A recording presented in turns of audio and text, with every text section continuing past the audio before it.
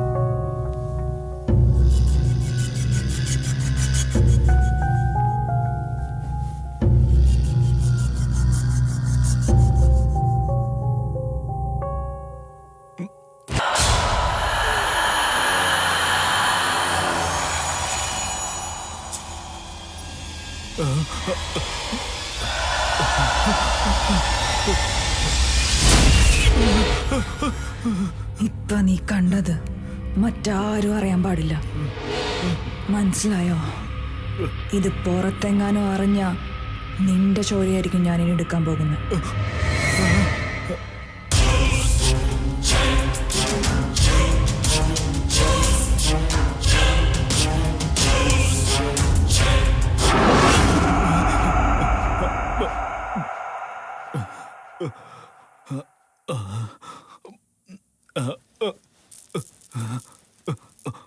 മേഘ, മേഘ, എണീക്ക്. എന്താ? എന്ത് പറ്റി? നീ ഇവിടെ എന്താ ചെയ്യുന്നേ? അവരൊക്കെ എവിടെ?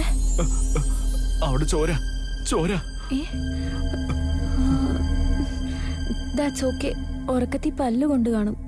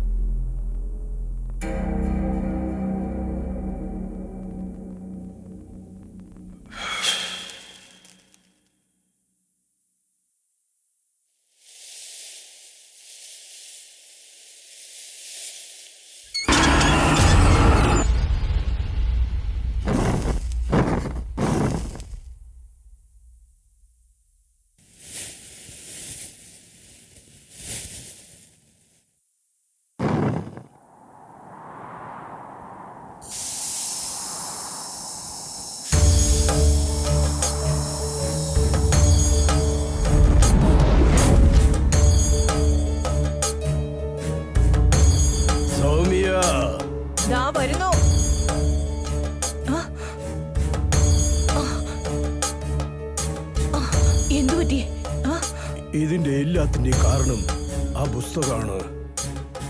ബുക്കോ? ഏത് ബുക്ക്? കസ്തൂരി. കസ്തൂരിയോ? അവൾ ആരാ? അയ്യോ, എന്ത് പറ്റി? രഘു, രഘു, ഒന്ന് വേഗം വാ രഘു. അയ്യോ,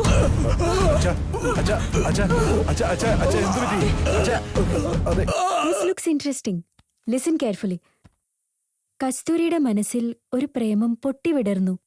അവളുടെ മനസ്സ് മുഴുവൻ ആദിത്യയെക്കുറിച്ചുള്ള ചിന്തയാണ്. 6 അടി ഉയരമുള്ള പുരുഷ സൗന്ദര്യം, വീരനും ബലവാനുമാണ്.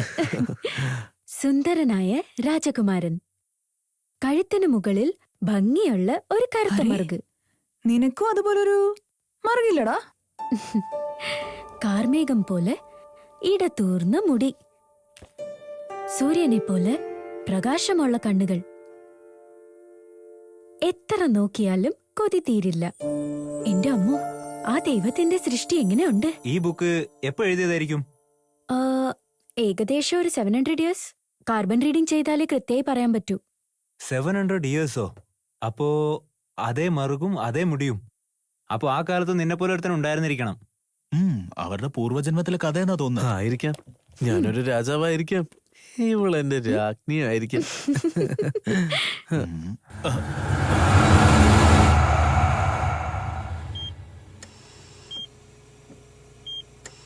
It was a stroke.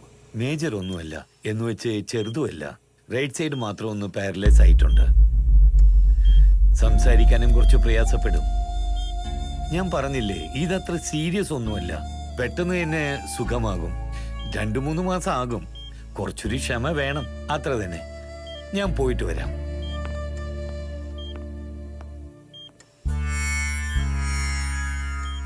കുറച്ചു നാളായി നമ്മുടെ വീട്ടിൽ എന്തൊക്കെയോ സംഭവിക്കുന്നുണ്ട്. ഏതോ ഒരു ദുഷ്ടശക്തി മേഘ്നയിലൂടെ നമ്മളെ ദ്രോഹിക്കാൻ നോക്കുന്നു. അവൾക്ക് വേണ്ടി നിന്റെ അച്ഛൻ ഹോമം ചെയ്യാൻ തുടങ്ങുകയായിരുന്നു.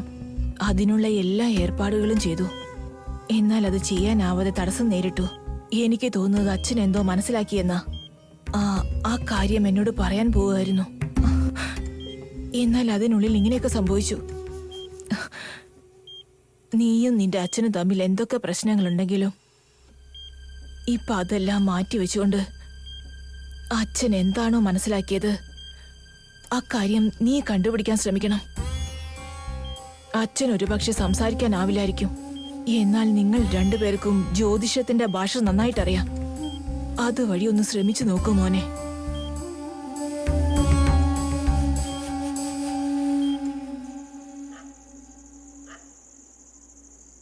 അപ്പോ നിങ്ങൾ അവരെ നേരിട്ട് കണ്ടിട്ടേ ഇല്ലേ? ശബ്ദം മാത്രാണോ കേട്ടത്? അത് അതിന്റെ വിളിക്കുന്നത് കട്ടപ്പോന്ന് വിളിക്കും. അവരാണോ നിങ്ങൾക്ക് പണം തരുന്നത്? തന്നു. ആദ്യം 100 രൂപ, പിന്നെ ഒരുപാട് കാശ് തന്നു. ഒരിക്കലും 2000 തന്നു. അതുകൊണ്ടാ ഈ സാരി മേടിച്ചേ.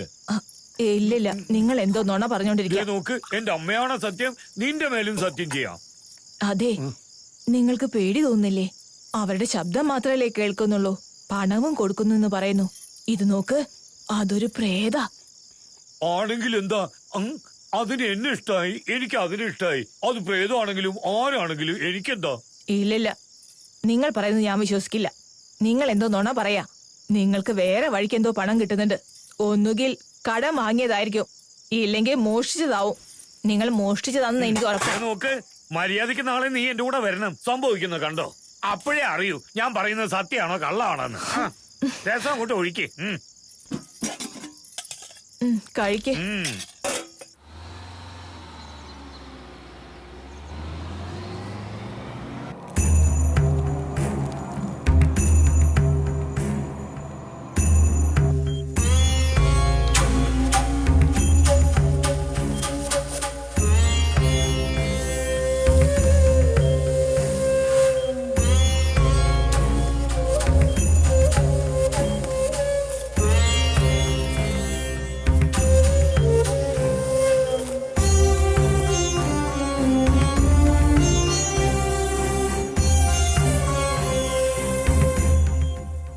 അങ്ങനെയാണെങ്കിൽ മേഘനയ്ക്ക് ഫോൺ ചെയ്ത് ഇങ്ങോട്ട് വരാൻ പറയേ. വേണ്ട, അവൾ ഇവിടെ വരികയാണെങ്കിൽ ആ പുസ്തകം കൊണ്ടായിരിക്കും വരുന്നത്. അത് നമുക്ക് ബുദ്ധിമുട്ടാവും. അങ്ങനെയാണെങ്കിൽ ആ ബുക്ക് അവിടെ വെച്ചിട്ട് വരാൻ പറയേ. അങ്ങനെ ഒന്നും ചെയ്യാൻ പറ്റില്ല. ആ ബുക്ക് അവിടെ തന്നെ വെച്ചിട്ട് വന്നാ ബാക്കിയുള്ളവർക്കും ബുദ്ധിമുട്ടാവും, സൂര്യ ഉൾപ്പെടെ. അതിനൊരൊറ്റ വഴിയേ ഉള്ളൂ, ഞാൻ തന്നെ അവിടെ പോണം. എന്താ ചെയ്യേണ്ടതെന്ന് അച്ഛൻ എന്നോട് പറഞ്ഞിട്ടുമുണ്ട്. നീ പേടിക്കാതെ പോയിട്ട് വാ, ദൈവം നിന്റെ കൂടെ ഉണ്ടാവും.